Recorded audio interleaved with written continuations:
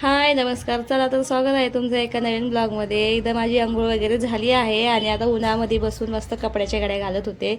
म्हटलं चला कपड्याच्या घड्या तरी घालणं होईल. आणि आज माझा मूड इतका हाप आहे ना, कारण की मी एवढी साडी सगळं ते घेतलं आहे सणाला आणि मला आज तेच घालणं होईल नाही.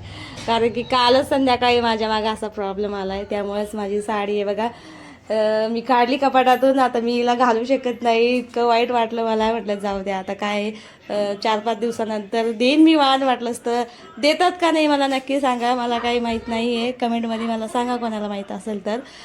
6 दिवस झाल्यावर आपण 7व्या दिवशी वाण देऊ शकतो का. तर दादू आला लगेच मध्ये. मला पतंग म्हणजे उडवायचा होता. त्याला दोरा बांधून दे. मला तर काही बांधता येत नाही आहे ते. आणि हे बघा इथं माझी दिदी पूजा करत होती आज. आणि म्हटलं चला आता मला तर काही जमत नाही आहे. आणि दादूचं चालू होतं हे खेळायचं काम. काय करत होतं काय माहिती.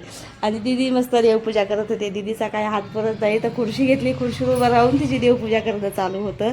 आणि तिचं चालू होतं हे काष्टा घालायचं तिला. आता बघू तिला काष्टा घालते मी.